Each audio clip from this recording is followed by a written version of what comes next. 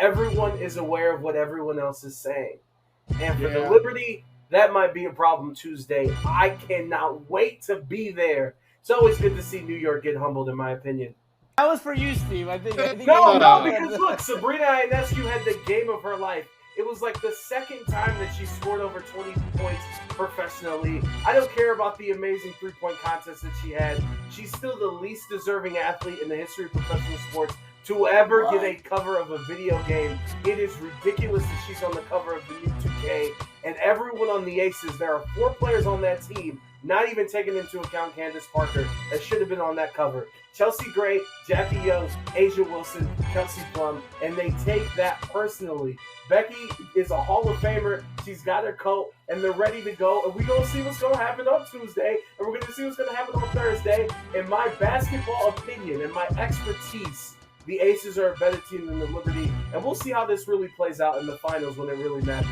But Adrian, Sabrina is on the cover because she was close with Kobe Bryant, and he's on the cover of 2K24. Look at my face. That is why. That's care, exactly bro. why. Not because she's the best in the league. I don't care. You're supposed to put the best player in the league or a premier player in the league. No, they think it'll on draw the cover across of one of your most important products that people buy, which is the video game of the league. Sabrina Ionescu has been in the WNBA for over 5 years. She was an all-star once. That is ridiculous that she got the cover of a video game. The only other person is Peyton Hillis. When Peyton Hillis was voted by fans on the only time they did a fan vote, and they put a brown on the cover. There's no one else comparable that has the lack of accolades than a one-time all-star getting a cover of a video game. Meanwhile, Asia Wilson was a finals MVP, the MVP, won a championship, has a statue, won in college, won in high school. What are we doing here, bro?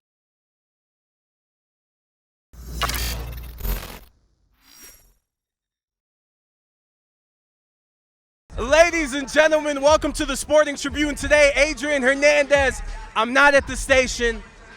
I'm not in the office. We are in the streets of Las Vegas for the Las Vegas Aces Championship Parade. The team went back to back. It's a party in Sin City. And what have I been saying since this show started? For 7 straight weeks, I said Las Vegas is the sports capital of the world. And here on the Sporting Tribune today, we're going to show you what a championship parade looks like, Vegas style. All right, first and foremost, we're at the parade. How many shots are we in right now? I'm 3 shots in right now. I'm 2 shots in. I'm 10 shots in. How many shots are you in right now? Where are we at? I forgot count, but it's 11 shots in. Let's go, Aces! Aces! Back to back. You know what I'm talking about? Hey, we a dynasty. Dynasty in the making, baby. 2024. You already know, man. Don't get it twisted. Three-peat, baby. Hey, three-peat. Aces three-peat. Are they going to get the three-peat? Yes, they are. Oh, I got a song. I got a song for Aces. Okay, here it is. You wrote a song for Asia. I wrote a song for Asia. It's called Aces, Aces, you are the greatest. Back-to-back champs. Oh, I thought you know. We're going to do the same 2024. Hey! Ooh! Let them know that. For Halloween, what are you going to be? Kelsey Plum. I mean, it's too easy. Why not? It's too easy. Sir, where are you from? New York. What borough? The Bronx. Okay, sir, no disrespect. I'm feeling a lot of pain right now. No disrespect. Thank y'all for hip-hop, okay? First and foremost, thank you for hip-hop. 50 years. Yes, absolutely. It's been about 50 years since a basketball team in New York has won a title as well. Absolutely. But 2 more. The Liberty and New York fans, kind of salty. They was talking trash, right? Of course. And then they lost. Yeah. But then they lost, and now they even a little bit more upset. Right. So if y'all have a message to New York, what would it be? Stay salty, bitches. Do you have a message to their fans? Night, night. Night, night. You know what? You got whooped. Let's go, Aces! Yo, it's the Sporting Tribune today. I'm losing my voice. These fans are crazy. It's lit. We're minutes away from the parade starting. And look who's here. One of the smartest and the best basketball writers in the world, covers the WNBA for WNBA. covers the NBA for WNBA.com, and also the dunker spot, Nekias Duncan. It's your first time on the show. First off, congratulations and welcome to Vegas. How does the excitement feel? Oh, man, it feels good out here, man. Music's starting to get a little bit louder. We're waiting on the buses to come in right now. But it's been fun. It's been fun. Glad I'm in the house for it. And it's also starting to smell a little good, if you know what I'm saying. Let's get to the Aces right now. In your opinion, Game 2, Aces dominated home. Up until the final game of the season, it has been blowouts on both sides. But is it fair to say, in the 2 years that Becky Hammon has been the head coach, that Game 2 was the Aces at their apex? Yeah, I think that was the best game that they ever played. Like, I think you got to see them play out of their defense the way that they talk about constantly in pregame and postgame pressers. You got to see them turn New York over. And even after just forcing misses, being able to blitz them in transition like that. Then offensively, high assist count, but just the way that they moved, the ball moved, body moves, the shooting was insane. I think all 5 Aces starters hit a 3 in the first quarter. It was some of the best basketball I've ever seen. This basketball analysis in the middle of this craziness. How's it going? How's it going? Hi. Excuse me, guys. You guys give me a minute? We're doing the show here. I know, that's why I interrupted you. That's not how that works. Oh, sorry. Turn up though. Take care. Game 2, I told you it's starting to smell funny. Old ladies walking up to me. Usually I like it, but now while I'm at work. And by the way, Nekias is giving you expert basketball analysis while Missy Elliott's playing with chaos, okay? Okay, my next question. Game 4. Not to be cliche, against all odds. And the circumstances were nuts. What did Becky do to just pull off the impossible is what it seems like? I think any of the scheme stuff starts really with that second quarter when they went to multiple types of zones. They mixed up their pick and roll coverages. The Liberty could never find a way. They could never find a rhythm offensively. But beyond that, it's the players. Like, Asia just lost her mind in the second half of that game. Crucial buckets from Jackie Young. Crucial defense from Kelsey Plum, and that was Sydney Colson off the bench, plus 17 in 14 minutes. It was a whole lot of fun. I think and real quick, just to show y'all that we're doing this live, I need my cameraman Owen, please just turn the camera around, grab the tripod, and just flip it over. I'm telling y'all. It's party time. Hey, it's the West Coast, right? It's kind of like we're in a live stream right now because we're not stopped recording. So Becky was masterful. To watch Asia go up against not only just Breonna Stewart or Jonquel Jones, and the thing that worried me this whole season was, like, these teams were very equal, right? But the Liberty were bigger. Lowriders are in the building. Rest in peace to Tupac. Talk to me about how Asia Wilson found another level to get to. It just really, oh, there we go. Like I said, it's party time. But no, she's been one of the best shot makers. She's been one of the best shot makers in the league for a while now. And this was a career year in terms of her mid-range shooting. And you saw very early on the drives against Jonquel Jones, the tough mid-range buckets, particularly in the second half of that game. She just got to her spots. And this is something that she talked to me and my guy Mark Schindler at WNBA.com about recently, about wanting to refine her mid-range game a couple of years ago, making that a real emphasis for her. She noted Kevin Durant, Michael Jordan, Kobe, noted how they got to their spots and it didn't matter what defenses did. That's the level that she wanted to get to. And as cliche as it sounds, we saw all of that in that Game 4. It's the Sporting Tribune today. What you're watching on the screen is the entrance. The Las Vegas Aces Parade has officially kicked off. We've never done this before. I kind of like the energy. And Nekias, my last question for you is something that you tweeted out in the middle of the season. You quote tweeted it a few days ago after they win the championship. When it comes to the construction of this Aces team, what do they have available as an option to be able to do if they want to? If they want to. Say that one more time. If they want to, they got a max slot. They can go superstar hunting if they want to. Now, I don't think they do that. I think they're going to try to replenish the bench, get some younger role players in. But if they will literally have the money available to see what Jonquel Jones is talking about, what Elena Delle Donne is talking about, Neko Gumake, those are the names that are out there. So that option exists. That doesn't mean it's going to happen. Again, I don't think they go that route. I think they try to go more balanced route, but they can do it, and that's scary. Ladies and gentlemen, Nekias said they can go contract supermax hunting. Now that this parade is going on, I want to keep this going. I don't know if you got anywhere to be. I'm at where I need to be. What do you think of this? Because this is very early. This is the start of the parade. I need your instant reaction. No. Oh, dude, this is fire. And like, if this is what it sounds like now, if this is the the 5 p.m. start on a Monday, by the way, Monday afternoon, they just announced it a few days ago. People are trying to get off of work to get here. Yeah. And the people that are here are dedicated, and this sounds like what? Oh, it's wild. It is wild. And if it sounds like this now, when the bus with the players get here, it's going to be insane. This was just the entrance for the mascot. Oh, and do me a favor, turn the camera back around real quick. One thing I do want to ask you, in my opinion, I think that what has occurred in this finals has been huge for a lot of reasons. One of the things that I like the most is we now have storylines because there's trash talk between these teams. Mm-hmm. And all this year, the super team, the phrasing, both teams were like, y'all need to relax. And I understand that from their point of view. Mm-hmm. But to me, that's what it was. It was two super teams. And now there's even more of a rivalry than before in terms of storytelling, which is really what gets eyeballs on things. Mm-hmm. Is this good for the league, the trash talk back and forth, or is it a little childish in your estimation?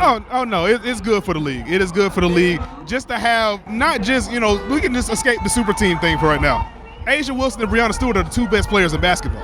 Period. Them facing off is enough to set all kind of stories. Once you add everyone else, Kelsey Plum, Checky Young, Chelsea Gray, Sabrina Ionescu, Courtney Vanderstoot, Benijah Laney, John Quinn. Once you add all of that, it becomes even more special. And the fact that they're barbing back and forth and these teams are both set up to be back in the finals next year, barring injury, we're building something here. We're building something here. And as we saw throughout the regular season, ESPN tweeting out the graphics about how viewership is up.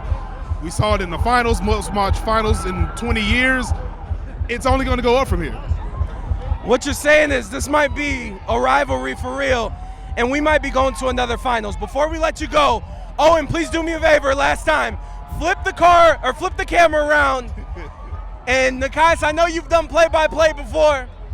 I need you to play-by-play these low riders as we talk. Low riders, the slow riders got different colors coming in right now. They vibing, the crowd likes it. Oh, the squads are pulling up. Oh, here we go. The squads are pulling up. We got blue, we got green, we got a hot pink, it looks like. Ladies and gentlemen, the voice you've been hearing throughout this and seeing partially, Nikias Duncan. Be sure to check out the Dunker Spot. This man covers the WNBA. Guess what? This week the NBA's back. More coverage is coming. We're in the middle of chaos. The Sporting Tribune today, Adrian Hernandez and Nikias Duncan. Sincerely, thank you for joining us. Thanks for having me, man. Hey, it's the Sporting Tribune today, and here's the deal, all right? Listen, I realize that Halloween is a week away, but scratch that. Halloween starts tonight on the USA Network because Halloween Havoc is happening on NXT, not only tonight, but next week as well. Plus, our guest who's joining us is hosting a creepy show that I've only been able to watch a couple minutes of called Chamber of Horrors. It's on YouTube. Shotzi, happy Halloween, love. How are you? Happy Halloween! I'm doing great. How you doing? No, I'm doing good. And like, before we get into the spooky stuff, and I told you before the interview, like, we're going to be talking wrestling, but first we got serious things to get into. And like, I try to be the best journalist I can, which means I went on your Twitter. And first off, shout out to you because you don't tweet a lot, which thank you. I need to get at that level. No, I need to get there. Like, I'm very happy. You're unlike Grayson Waller, who's always tweeting. Yeah, I don't even have the app on my phone, honestly. Bless your heart. But here's the thing. I searched through it, and you talked about going to Disneyland, and you even brought up Rope Drop, which as a Disney dad, like, that got me excited. It's like using wrestling terms. I was like, she knows about Rope Drop, blah, blah, blah, blah, blah. So first and foremost, when you walk into Disneyland, what's the first thing that you're doing and the first ride that you try to go on? Oh, I mean, if I'm going for rides, it's Indiana Jones. Like, especially that at Disney. Long-ass walk. You're making that long-ass walk. Yes, absolutely, because I want to be the first on it. That's my favorite ride at Disneyland, and I live in Florida now. I grew up in California, so like anytime I'm at Disneyland, it's going to be a rope drop day. No, I respect it. The thing about that ride though is very janky on the turns and it hurts my thighs. I'm not gonna lie. But let's get into Halloween real quick. All time your favorite Halloween costume that you've ever done. Oh my goodness. That's a hard one. I was Greta Gremlin once, and that's probably my favorite. And maybe inspired the green hair because You see how I things did that work? and like never went back. That's awesome. Okay. And then other thing too with Halloween. I need your worst and best candy. Um, my worst candy is candy corn, and my best candy is candy corn. Wait a minute. What's going on here? What is that? I say that only because everyone hates candy corn and I love it. So it's on the best and worst list. Okay, I feel you. I'm team candy corn as well. And then I know we're Good to early hear. on. I know we're early on here in this conversation, but this is the part where you get to judge me because I'm going to be fully transparent with you. Okay. First and foremost, in my 30 years of life, I don't think I've watched a horror movie before. Last month I was at Universal Studios and I purposely refused to go to Halloween Horror Nights. Do you judge me as a person for this? Yes, absolutely. You need more horror in your life. And Halloween Horror Nights is just spectacular, even if you're not a horror fan. Like the amount of detail that they put in these houses is insane, and you're missing out, bud. Well, listen, the closest I've gotten is watching Chamber of Horrors, and I was fascinated when I saw the announcement. And then, like I told you, I haven't watched the full thing, but that's just a personal thing. Not that it wasn't good, because it was great. Because you're going like you're sleeping in prisons. You went somewhere in Kentucky with a stairway to hell that gave a warning, like, "Hey, man, if you die here, bro, legally, that's on you." Can you talk me through the experience of getting to do this because it seems freaking awesome? Yeah, well, this is kind of just something that I was doing even before we started airing it on YouTube. We travel the world being with WWE, and I've taken advantage of that by seeing the most haunted places in America, and now I get to share that with everybody. She's on Yelp searching scariest parts of whatever city we're in the town of. Yes, or I go on TikTok and I plug that in. Oh, that's amazing. And I guess now we'll talk about some wrestling. First and foremost, I know that you're hosting Halloween Havoc with NXT, and NXT is on a hell of a run. Speaking of which, 2 weeks ago, you were a part of what I'm calling personally NXT WrestleMania. Oh yeah. It was crazy, the perfect blend of legends and the future mixed together. Can you just talk to me about the energy being around there, not only from the fans that were waiting before on Monday night to get there for Tuesday, but just backstage and just the whole energy around that event? Oh yeah, I mean, there was definitely a special day. Like, me and my fiance were even talking about it. I actually didn't find out that I was on that show until like 3 p.m.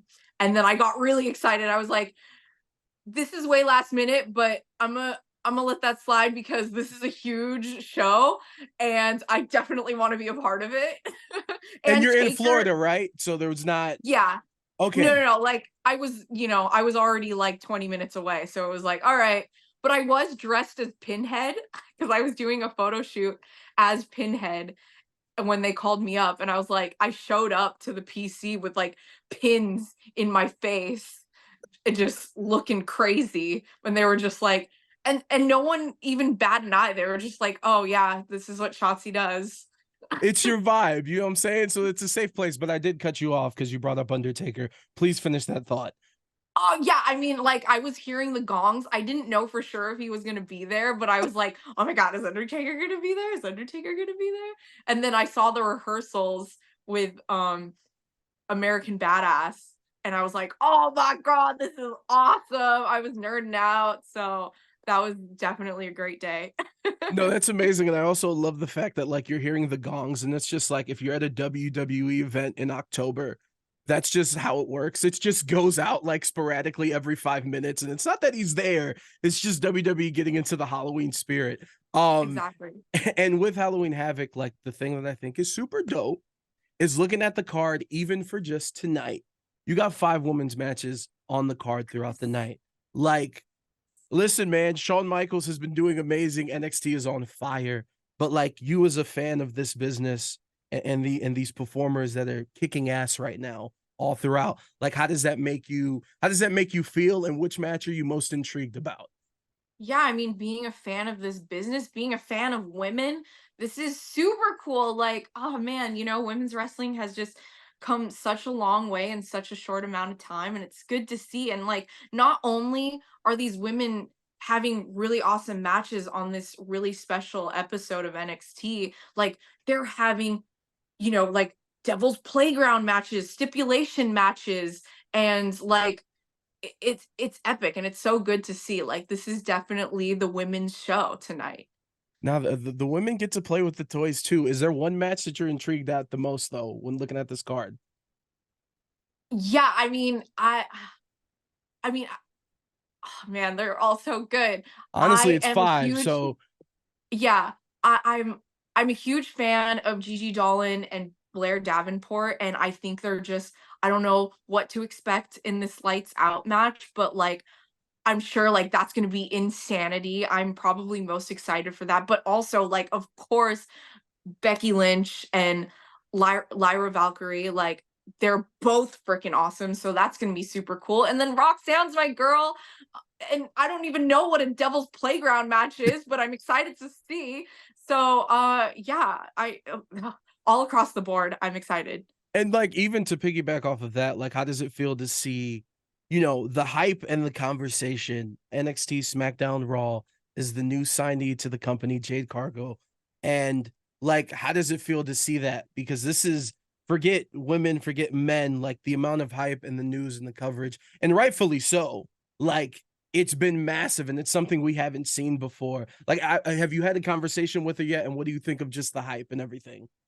Yeah, I met her when she was at SmackDown a couple weeks ago, and like I saw her walking down the hall, and I was just like, wow, she is a superhero. Like Storm in real life. she's even more magnificent in person, So I am so honored to have her in our locker room. Like, yes, this roster is cooking. So welcome, Jade Cargill. I hope you come to SmackDown. Don't go to Raw. Come to SmackDown. Come to SmackDown. All right, we got 2 more questions before we get you out of here, because you got a busy day today. Again, Oh, yeah. NXT tonight, USA Network, 8 p.m. Eastern, 5 p.m. for all of us here on the West Coast. Halloween Havoc, 2 weeks, by the way. Today Oh, yeah. and tomorrow. Halloween starts today. With Halloween, most overrated and your favorite part of Halloween. So I need both. I need the most overrated thing and your favorite part about Halloween. The most overrated thing of Halloween? Nothing. Halloween is fantastic. Are you kidding? Every single bit of it. How about the costumes being a little bit overpriced this month? Just a little bit overpriced. Oh, yeah. I mean, I have been going to Spirit a lot, and Spirit has been taking my money. But you got to get that 20% off discount code that is on the site. Never pay full price for anything at Spirit. Never. Well played. By the way, NXT gear on sale too. By the way, Greg, that one's for you. By the way, 25% off WBShop.com.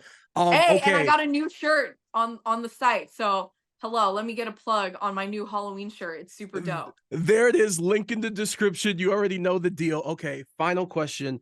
Shotzi, first off, thank you so much for the time. For people that are going to be tuning in tonight and next week, what do you have cooking up? What should they expect?